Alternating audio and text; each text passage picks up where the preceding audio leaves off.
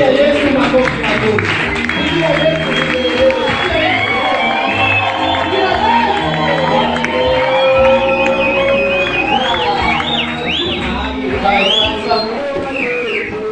Ninataka tunimalize mapema.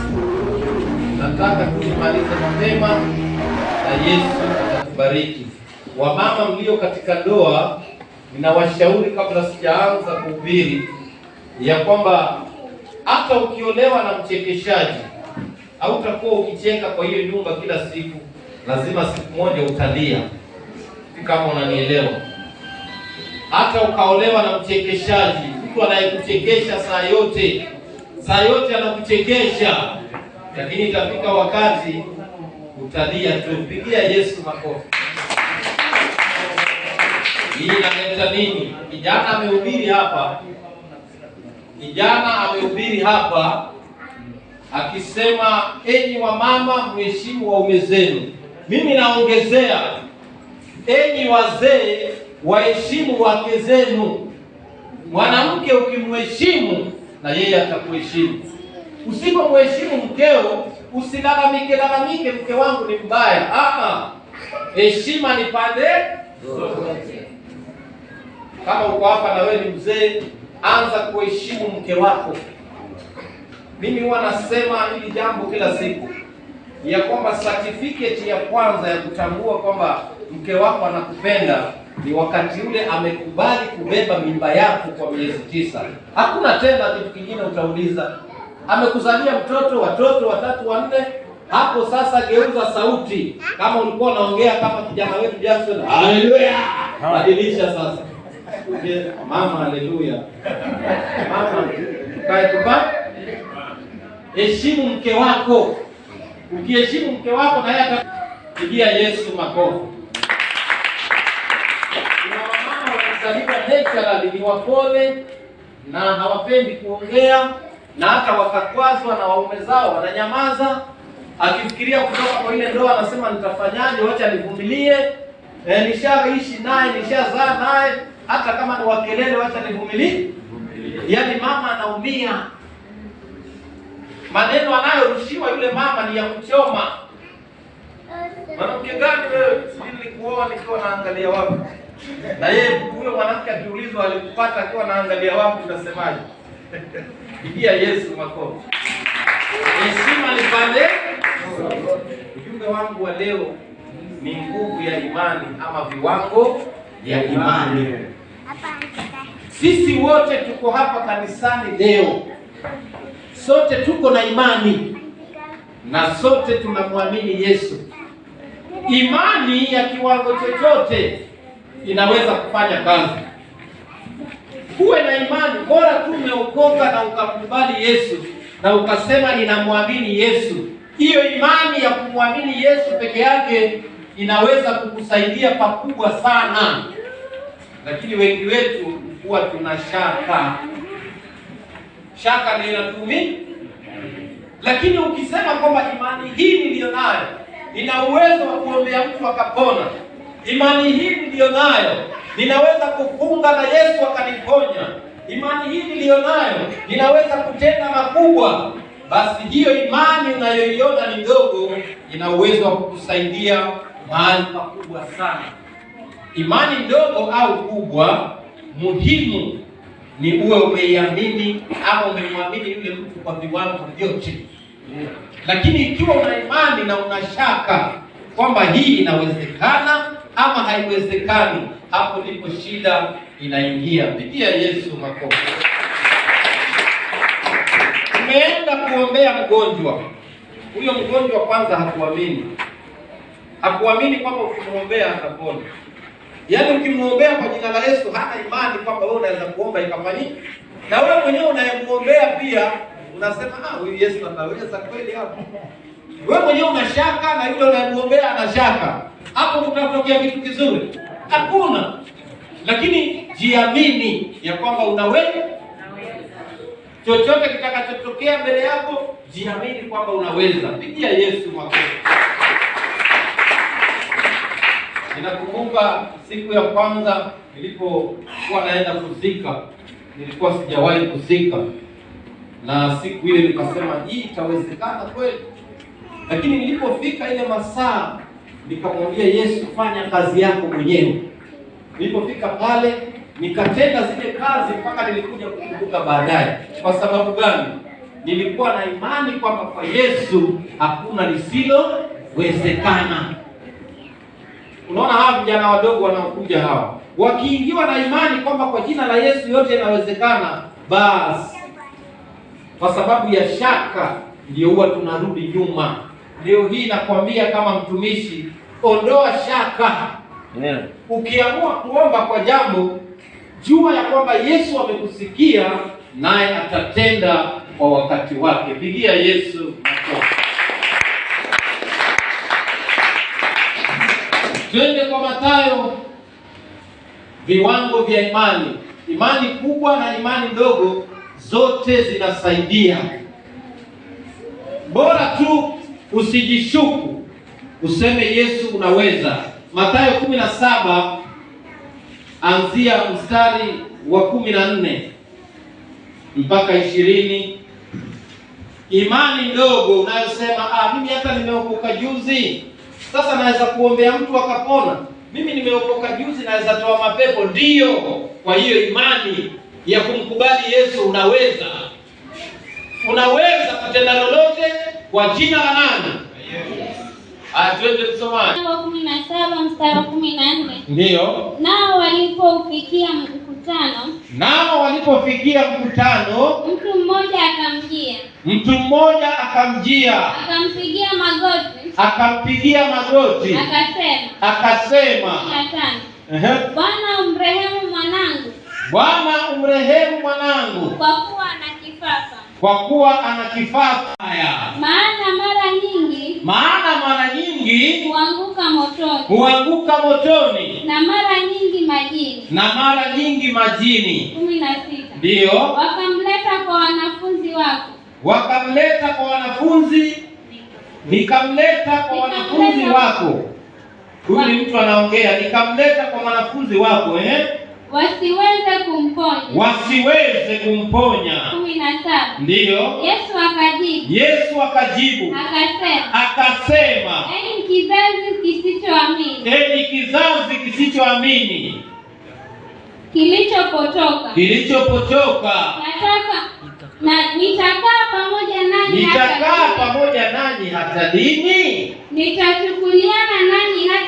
Nitachukuliana nanyi hata lini? Mleteni huku kwangu. 18. Ndio. Yesu akamkemea pepo. Naye akamtoka. Yule kijana akapona tangu saa hiyo. 19. Ndio. Kisha wale wanafunzi wakamwendea Yesu kwa faragha. Wakasema, mbona sisi hatukuweza kumtoa? 20. Ndio. Yesu akamwambia, kwa sababu ya upungufu wa imani yenu. Kwa maana amini nawaambia, mkiwa na imani kiasi cha punje ya haradali, mtauambia mlima huu, ondoka hapa uende kule, nao utaondoka. Wala halitakuwako neno lisilowezekana kwenu. Sara, ndio uombee neno. Tusimame. Mtu mgonjwa, babake huyu mtu akampeleka kwa wanafunzi wa Yesu. Wanafunzi wa Yesu wakang'ang'ana, wakashindwa. Ndipo yule mtu akamfuata Yesu akamwambia, mimi mwanangu ni mgonjwa na nimemleta kwa wanafunzi wako, wamejaribu mpaka wameshindwa. Sasa nakuomba umuombee mwanangu. Yesu akamkemea pepo, pepo akaondoka. Ndipo wale wanafunzi wakamfuata Yesu faragani. Faragani ni kando, pasipo na watu wengi. Mbona baba, wewe umesema maneno mawili tu, na pepo akaondoka. Kuna nini bwana? Bwana sisi tuling'ang'ana jana na haikuwezekana. Ndipo Yesu akawaambia, ukiwa na imani ndogo kama punje ya haradali, unaweza kuambia mlima uondoke. Haradali, maana ya haradali ni spices. Inaweza kuwa ni iliki, inaweza kuwa ni hizo spices, vitu vitende vidogo vile. Lakini unaelewa maana ya haradali.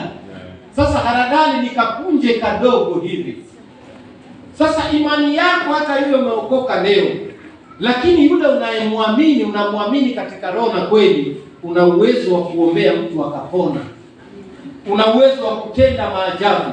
Una uwezo wa kung'oa mlima. Bora usiwe na kitu kinaitwa shaka. Pigia Yesu makofi. Kiwango cha imani sio kitu. Hata kuna wakati tunaogopana na kuheshimiana kwa ajili ya viwango. Fulani ameokoka miaka 10 iliyopita, mimi nitaweza kweli?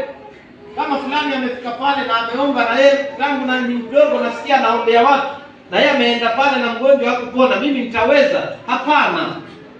Wewe utaweza kwa jina la Yesu. Maana hiyo kazi utaifanya wewe, ni Yesu atakayefanya. Pigia Yesu makofi. Nitaweza kuimba kweli? Naona miti pale, jamaa wakiinua sauti wameinua. Mimi hii yangu mbovu nitaweza? Kwa imani ya Yesu unaweza. Pigia Yesu makofi. Wewe unaweza kwa jina la Yesu. Imani yoyote ya mwanadamu inaweza kumsaidia, hata iwe ndogo kiasi gani. Bora usiwe na shaka. Soma Yakobo 1 kuanzia 5. Shaka, kitu kinaitwa shaka, wasiwasi wa roho. Mimi nimeomba itakuwaje? Kama wakati mmoja niliwaambia kuna mtu alienda kuombea mgonjwa, amemwombea mgonjwa ndani ya nyumba, akitoka nje anaulizwa na watu, na huyo mgonjwa umemuona hali yake vipi? Anasema hapo nimeomba lakini huyo wewe ndio umeomba, lakini unasema mimi nimeomba lakini huyo vile nimemuona.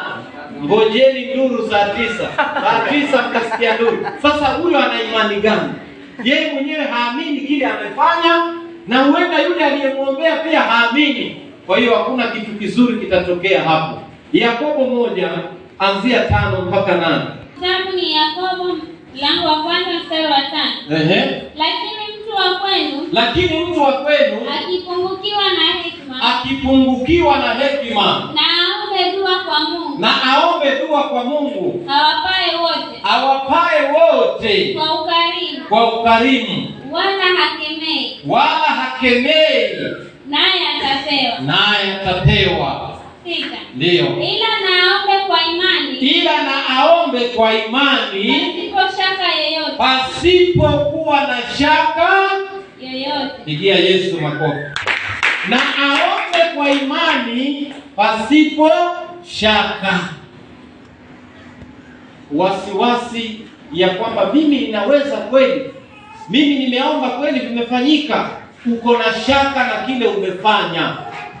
Ndiyo maana ukiangalia watumishi wengi wazuri kama wachungaji huwa wakitamka jambo hawarudi nyuma, maana hawana wasiwasi na kile Roho amewapa. Unaweza kuona watu wote wamekataa hilo jambo, lakini yeye aliyetumwa anasema hiyo, maana hakuweka shaka kwa kile alichoona. Pigia Yesu makofi. Hata na wewe uko hapa, kile umeonyeshwa, iwe ni ndoto, iwe ni maono, usiwe na shaka nayo. Amini kwamba ni Yesu ameleta na ni Yesu anaweza. Na imani kwa Yesu haina hasara, maana Yesu ndiye muweza wa yote ndani ya vyote. Pigia Yesu makofi. Twende kwa Mathayo 14 anzia 26. Mathayo 14 anzia 26. Mathayo mlango wa 14 mstari wa 16. 26. Ndio. inasema Ehe. wanafunzi walipomuona akienda juu ya bahari, ni Yesu huyo. Wakafadhaika wakisema ni kivuli. Wakapiga yowe kwa hofu. Wakapiga yowe kwa shaka, hofu. 27. Ndio. Mara Yesu alinena akawaambia, jipeni moyo, ni mimi, msiogope. 28. Ndio. Petro akajibu akasema, Bwana, ikiwa ni wewe, niamuru nije kwako juu ya maji. 29. Akasema njoo. Petro akashuka chomboni. Petro akaenda kwa miguu juu ya maji ili kumwendea Yesu. 30. Lakini alipouona upepo akaogopa, akaanza kuzama. Akapiga yowe akisema, Bwana, niokoe. Mara 31. Mara Yesu akanyosha mkono wake akamshika akamwambia, ewe mwenye imani haba, mbona uliona shaka? 32. Tosha. Pigia Yesu makofi.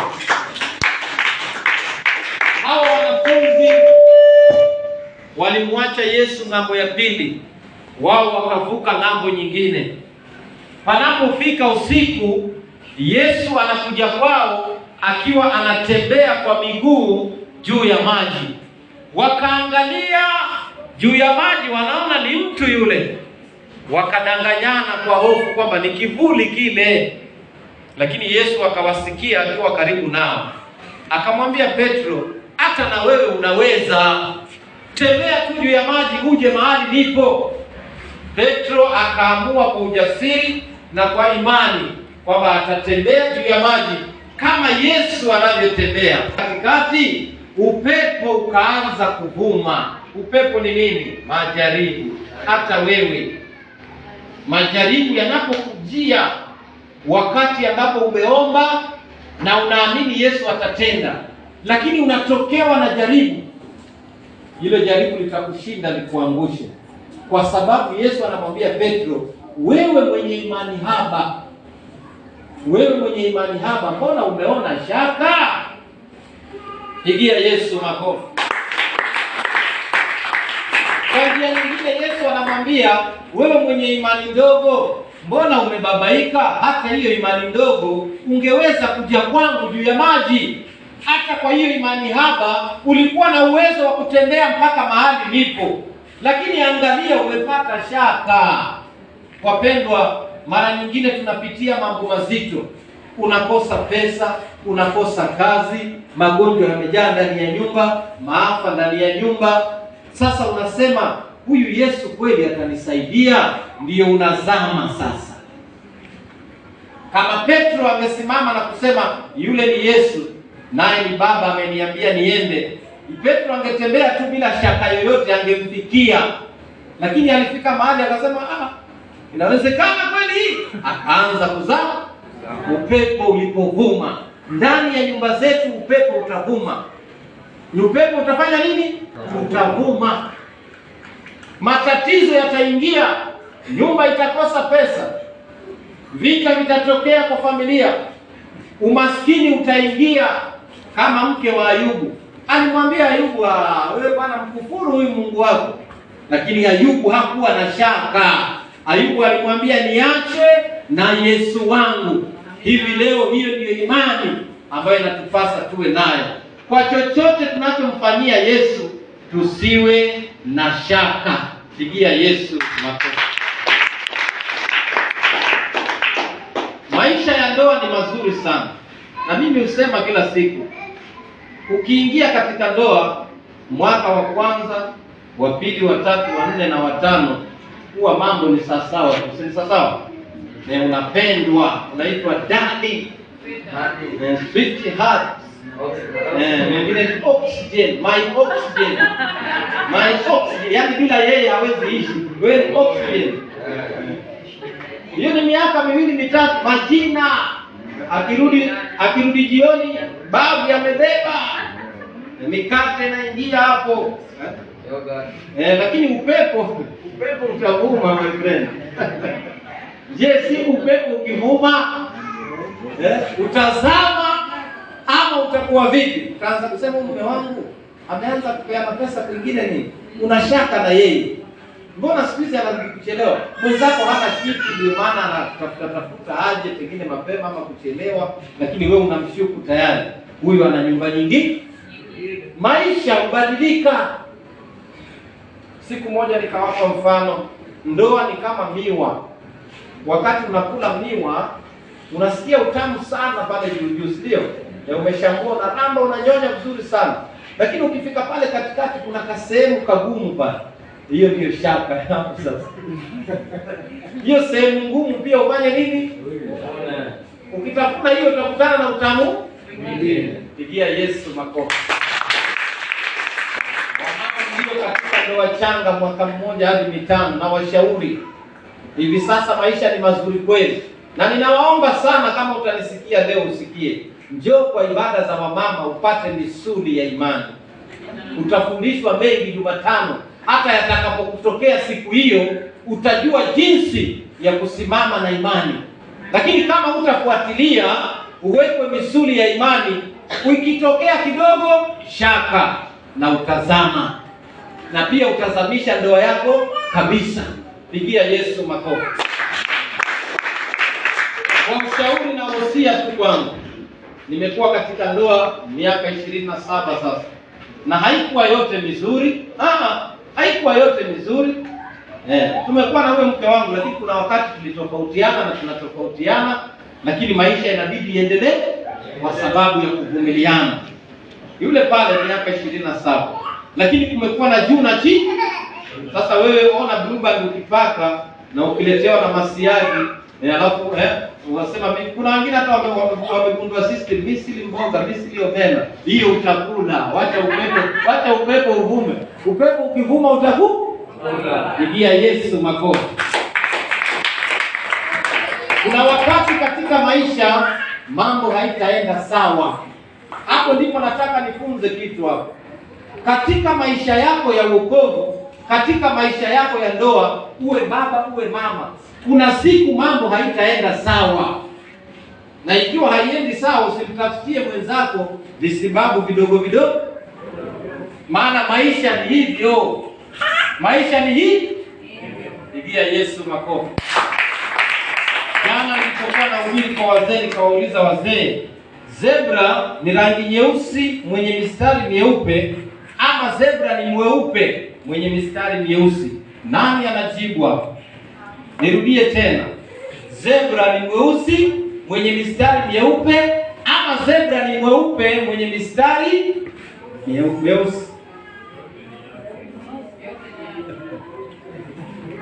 Yote ni yake. Basi katika ndoa pia yote ni ya. Katika ndoa yote ni ya. Pigia Yesu makofi. Usiwe na shaka ndani ya Yesu. Mimi hivi nimeokoka. Na watu wengi sasa hivi wanalia chanjo.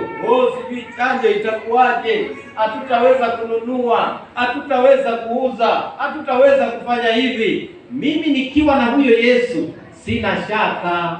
Wacha wafunge hiyo milango yao, mimi nitabaki na Yesu wangu. Pigia Yesu makofi. Anasema katika Isaya 26:3, atamlinda yeye ambaye moyo wake unamtegemea. Soma hiyo Isaya 26:3.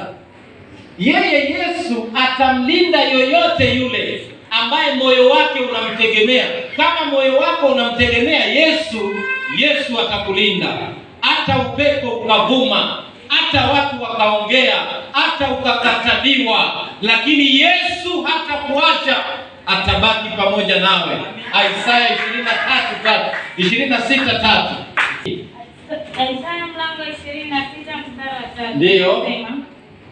Utamlinda yeye ambaye moyo wake umekutegemea. Utamlinda yeye ambaye moyo wake umekutegemea. Katika amani kamilifu. Katika amani kamilifu. Kwa kuwa anakutumainia. Kwa kuwa anakutumainia. Yesu anasema atamlinda mtu unamtegemea Yesu kwanza. Si ndio? Alafu mwisho anasema huyo mtu anamtumainia Yesu na Yesu anamtumainia yeye. Kwa hiyo Yesu ukimtumainia na kumtegemea atakulinda. Pigia Yesu makofi. Yeye atafanya nini? Lakini ukitaka kusikiza maneno ya watu, haya sikiza. Tuko tarehe 12, bado siku 9. Beba mizigo, funga mlango, uza nyumba. Tarehe 21, 22, si ndio? Beba vitu, wewe uza nyumba. Uza kila kitu. Chanjo inakuja. Mimi nabeba kila. Usiwe na shaka. Maana anayekaa ndani yako ni mkuu kuliko hizo chanjo na vinyago vyao vyote. Pigia Yesu makofi. Yeremia 1:19 anasema niko pamoja nawe ili nikulinde. Sasa uoga mimi nakwambia leo, ukiwa na Yesu ndani yako, wacha shaka. Hata watu wakakukataa wote, hata watu wakakataa maoni yako, hata watu wakakataa kukusikiza, usiwe na shaka. Amini kwamba Yesu yuko pamoja nawe na anaweza. Yeremia 1:19. Ndio. Nao watapigana nawe. Nao watapigana nawe, lakini hawatakushinda.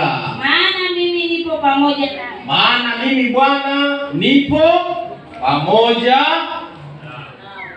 Sasa kama Bwana yuko pamoja nawe, Yesu anakaa ndani yako. Fanyia uamuzi. Akikaa ndani yako, sienda unafanya uamuzi. Wewe una wasiwasi gani? Baba yuko ndani yako na anafanya kazi ndani yako. Pigia huyu Yesu makofi, anaweza. Jana nikasema Wakorintho wa kwanza 6:17 inasema ya kwamba yeye aliyeungwa pamoja naye ni roho moja na yeye. Ikiwa umeunganishwa na Yesu, wewe ni roho moja na nani? Yesu. Wakorintho wa kwanza 6:17. Wakati unaungwa na Yesu ni wakati unaokoka. Sasa unakuwa roho moja na Yesu. Bado unashaka na Yesu. Bado una wasiwasi na vitisho vya dunia. Kama kina Danieli, kina Meshaki, Shadraka, kina Abednego hawakuungua, wewe ndio utaungua. Simama na imani pasipo shaka. Pigia Yesu makofi. Hata kwa vyakula, tulikuwa tunafundishana jana kwa vyakula. Wewe unakataa kula chakula fulani, sio kwamba kitakudhuru, kwa sababu ya ile shaka inayokaa wapi? Ndani yako. Warumi 14:23 tusome. Shaka tu. Mimi sili nyama, mimi sili samaki, mimi sili mboga. Sio kwamba kuna shida wala nini, kwa sababu ya dhamira tu. Wewe unasema huli, lakini haina shida yoyote, ni kwa sababu ya shaka iliyo wapi? Warumi 14:23. Warumi 14 mstari wa 23. Ndio. Lakini aliye na shaka kama akila amehukumiwa kuwa ana hatia. Kwa maana hakula kwa imani. Kidogo hii inamaanisha ukila kwa imani hakuna shida. Lakini huyo ana shaka hadi kwa imani. Hii inakupa picha ya kwamba ukiwa na shaka hauko kwa imani. Ukiwa na shaka umeteremsha imani yako. Endelea mtumishi. Na kila tendo lisilotoka katika imani ni dhambi. Na kila tendo, yani kitendo chochote ambacho hakitokani na imani ni nini? Dhambi. Pigia Yesu makofi. Wapendwa, tuangalie sana jinsi tunavyoenenda, kwa sababu Isaya 50 tu ukianzia moja pale, mtu anaweza kuwa mgonjwa na asimeze dawa na apone kwa imani. Yesu anasema katika Isaya 50 ukianzia moja, na nikuja nikuponye, sikuoni, kwani mkono wangu ni mfupi usioweza kuponya. Unaweza kupona bila dawa, unaweza kupona bila shindano, unaweza kupona kwa imani.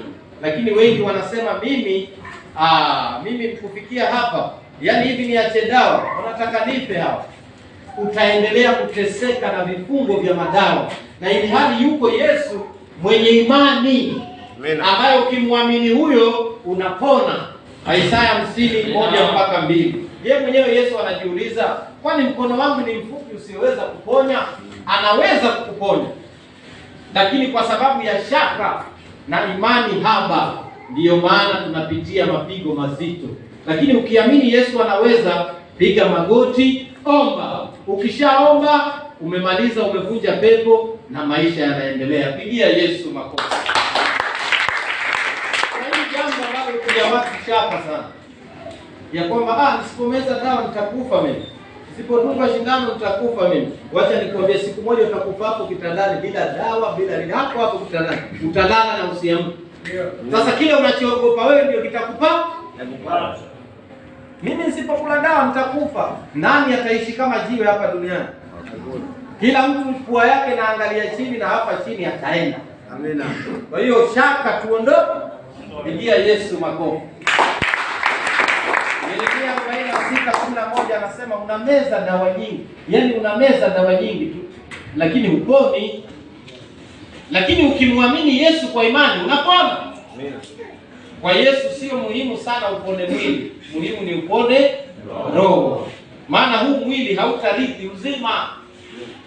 Yeremia 46:11 unameza zeri nyingi, unameza dawa nyingi, lakini wapi? Uponi wewe. Hata Yeremia 8:23 nasema unameza dawa nyingi wewe, lakini kupona upo. Mbona usichukue imani ukasema mimi namwamini Yesu 100%, ukatoa ile haba, kwa sababu umeambiwa hata imani yako hiyo umeokoka leo ni kama punje ya haradali. Hiyo imani yako inaweza kuhamisha milima. Wapendwa, kuna uzito wa imani, uzito wa imani. Pigia Yesu makofi.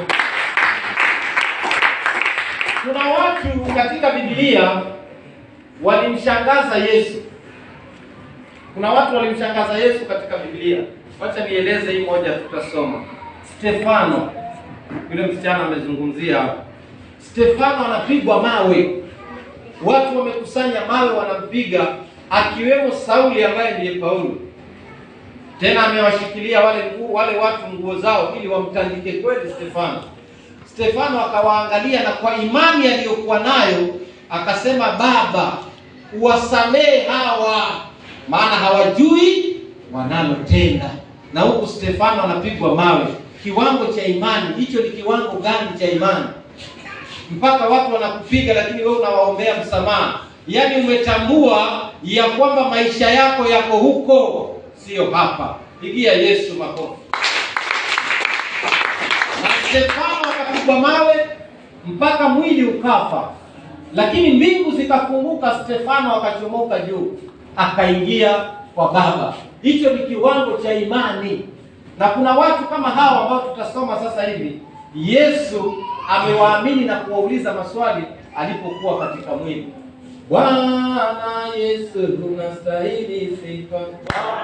Bwana Yesu unastahili sifa. Bwana Yesu unastahili sifa. Bwana Yesu unastahili sifa. Bwana Yesu unastahili sifa. Bwana Yesu unastahili sifa. Unastahili sifa, unastahili sifa. Bwana Yesu unastahili sifa.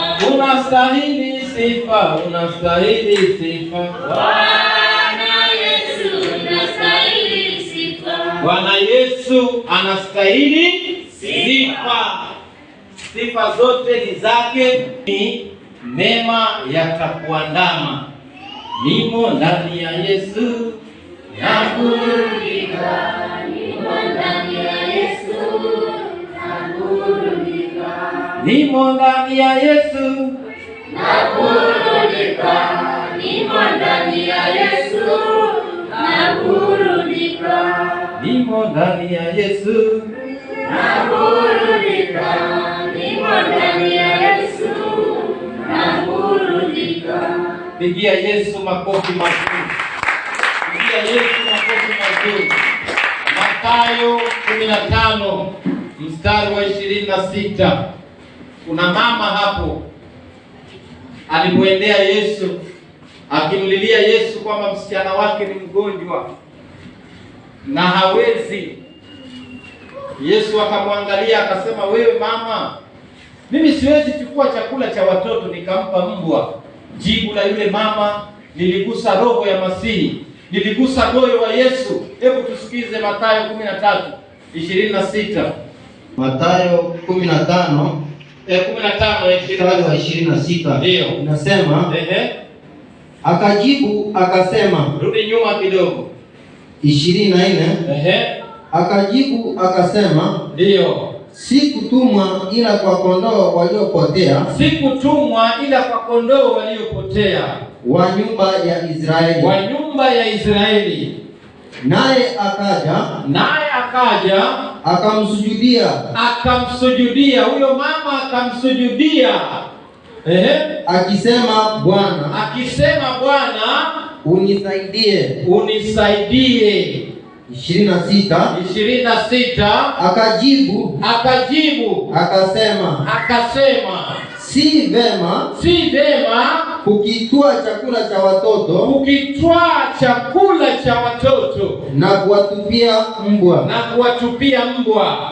Akasema, ndiyo Bwana, lakini hata mbwa hula makombo yaangukayo mezani pa bwana zao. 28. Ndio. Ndipo Yesu akajibu akamwambia, mama, imani yako ni kubwa, na iwe kwako kama utakavyo. Pigia Yesu makofi. Mama alikuwa amesikia kwamba Yesu wa Nazareti yuko mahali. Mama akaenda pale akimrai na hata akasujudu, akimwambia Yesu, mimi nimekuja, ninaomba mwanangu apate kupona. Yesu akamwambia, mimi siwezi kuchukua chakula cha watoto nikatupia mbwa. Mbwa inaweza kusimamia mtu ambaye hajaokoka, maana mtu ambaye hajaokoka anaweza kufananishwa na mbwa kwa sababu ya tabia ambazo huwa zipo kwa watu ambao hawajaokoka. Chakula ni neno. Angalieni huyu jamaa. Chakula ni neno. Na neno tamu, neno takatifu haliwezi kuchukuliwa likapewa watu ambao washajikinai. Hata hivi leo ukikutana na mtu ambaye ukianza kumhubiria na kupinga, hataki neno. Yesu anasema, sichukui chakula hicho nikawapa mbwa. Lakini yule mama kumbe alikuwa na kiwango cha imani ndani yake. Badala ya kumkasirikia Yesu, akamwambia, Bwana, hata hao mbwa hula makombo yanayoanguka mezani pa mabwana zao. Yaani huyu mama ana imani ya kwamba Yesu anaweza, na Yesu akamshangaa. Hawa ndio baadhi ya watu ambao Yesu aliwashangaa katika Biblia. Yesu akashangaa, akamwambia, wewe mama una imani kubwa, na iwe kwako kama unavyohitaji. Pigia Yesu makofi. Angalia imani ya huyu mama. Ukimwambia ikawa hata hajaokoka, lakini aliamini kwamba Yesu anaweza. Na Yesu akamwangalia akasema, wewe kweli imani yako ni kubwa. Kuna watu Yesu aliwasifu kwa sababu ya misimamo yao ya imani. Maana Yesu alikuwa shamkataza ya kwamba mimi sitafanya hivyo, lakini akamwambia, Bwana, kwa imani ninayo kuamini mimi, nina imani hata mbwa hula makombo. Kwa hiyo fanya jambo, na kweli mtoto wa yule mama akapona kuanzia saa ile. Pigia Yesu makofi. Wewe una uwezo wa kuomba, una uwezo wa kufunga, una uwezo wa kutamka jambo na likatimia. Hiyo ndiyo mafunzo ambayo ninapendelea mimi. Mara nyingi jiamini wewe kwamba inawezekana. Lakini kitu kimoja ambacho nataka nikutie ujasiri, ya kwamba sio lazima Yesu akupe kile umeomba. Kwa hivyo usipopewa kile umeomba, usikasirike na kumwacha Yesu. Yeye anaona maili 100 mbele. Amekukosesha leo, lakini alichokupangia kesho wewe hujui. Wengi wanavunjika moyo. Mimi naomba, mimi nafunga, mimi nafanya kazi zote kanisani, hata narauka jamani. Mbona mimi sipati kazi? Tulia tu. Hiyo imani yako Yesu amekwisha kukuona na anatayarisha jambo kwa ajili yako. Pigia Yesu makofi. Kuna watu hata majumapili wanakuja makanisani, sio kwamba wamependa kuja, lakini wanakuja kwa sababu ya shida za maisha. Yaani akija kanisani anakuja tu kwa sababu ya shida ya ndoa yake, shida ya maisha yake. Basi umbike imani ya kwamba Yesu anaweza. Hata si lazima uje uombe yako, unaweza piga magoti nyumbani na Yesu akakutendea wapi? Hapo. Pigia Yesu makofi. Huyu mama hata msichana wake hakupelekwa kwa Yesu. Msichana alikuwa nyumbani tu na Yesu akamwambia na iwe kwako kama unavyohitaji. Msichana wake akapona saa ile kwa ndoa. Pigia Yesu makofi. Twende kwa kitabu kingine tumalizie hapo. Twende kwa kitabu kingine. Mathayo 8 mstari wa 8. Mathayo 8 mstari wa 8. Mathayo mtakatifu 8 mstari wa 8. Yule akida akamjibu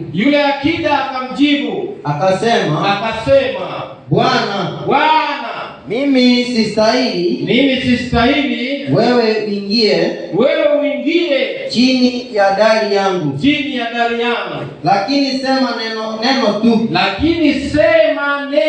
tu, na mtumishi wangu atapona. Jibu nini hapo? Hebu kuna kitu Yesu amemjibu. Hebu tuangalie kama kuna kitu. Wa 9. Ndio. Kwa maana mimi nami ni mtu niliyewekwa chini ya mamlaka, mwenye askari chini yangu. Nikimwambia huyu nenda, huenda, na huyu njoo, huja, na mtumwa wangu fanya hivi, hufanya. Yesu aliposikia hayo alistaajabu, akawaambia wale waliomfuata, Amini nawaambieni, sijaona imani kubwa namna hii kwa yeyote katika Israeli. Unaona viwango vya imani. Askari anamwambia Yesu, hata kwangu haina haja uje, tamka jambo tu. Wewe ukitamka jambo, nina imani kile umetamka kitatendeka. Huyu mtu anamwamini Yesu kwa kiwango gani? Juu sana. Sasa leo sisi je, tunamwamini Yesu hivyo? Homa imekukaba, uko kwa blanket, majasho yanatoka, ushaomba. Unakaa dakika 5 sema nileteni Panadol leo. Hapa hii naona hii Yesu ananichezea sana. Yesu analeta mchezo sasa. Nileteni Panadol. Kuwa na imani ya kwamba hata ukilala mikononi mwa Yesu ni faida kwake. Paulo anasema kuishi kwangu ni kwa ajili ya Kristo na kufa ni faida. Kuna watu washapitia imani ngumu. Mtu ni mgonjwa, nyumba hakuna pesa, landlord ndio huyo amefika saa 2, nyumba unadaiwa miezi 7 na nusu. Sasa shida hizo zote hizo, na Yesu anakuangalia tu, anataka aone, je, una imani kwamba anaweza? Na ukiamini kwamba Yesu, mimi nimejiachilia kwako, tenda vile unataka, Yesu atachukua nafasi ya kwanza na utalipa madeni yote, na mwisho utainuka kitandani utembee. Shida ni shaka. Tuna shaka na imani. Kuanzia leo usiwe na shaka na imani. Amini tu kwamba Yesu anaweza. Amini kwamba mchungaji akiniombea nitapona. Amini kwamba fulani akiniombea nitapona. Hizo zote ni imani. Lakini utakaposema mimi kweli ninapojiona hivi, mimi naenda mimi. Hata unaanza kuaga watu. Naenda jamaa. Unaaga karibu mara 3 kwenda uendi, uko hapa. Leo umeaga, kesho umeaga. Kuwa na imani ya kwamba Yesu anaweza, naye anaweza kukuinua kitandani, naye anaweza kukubariki, naye anaweza kufungua njia zako. Kuna wamama wamekaa kwa muda sana hawajapata watoto, miaka mingi. Wengine hata waliolewa hawajawahi kupata mtoto. Na kweli katika kuamini, kuna wengine wanapata watoto kwa neema ya Yesu kwa ajili ya imani. Usione wale huwa wanakosa, huwa ni kwamba Yesu hawezi. Hakuna kitu Yesu hawezi. Ukienda kwake na maombi ya utakatifu, atakutendea kile wewe unafanya nini? Unataka. Pigia Yesu makofi. Yesu ni wangu, Yesu ni wangu, Yesu ni wangu wa uzima wa milele. Yesu ni wangu, Yesu ni wangu, Yesu ni wangu wa uzima wa milele. Yesu ni wangu, Yesu ni wangu, Yesu ni wangu wa uzima wa milele. Yesu ni wangu, Yesu ni wangu, Yesu ni wangu wa uzima wa milele. Amina. Mbarikiwe sana na furaha.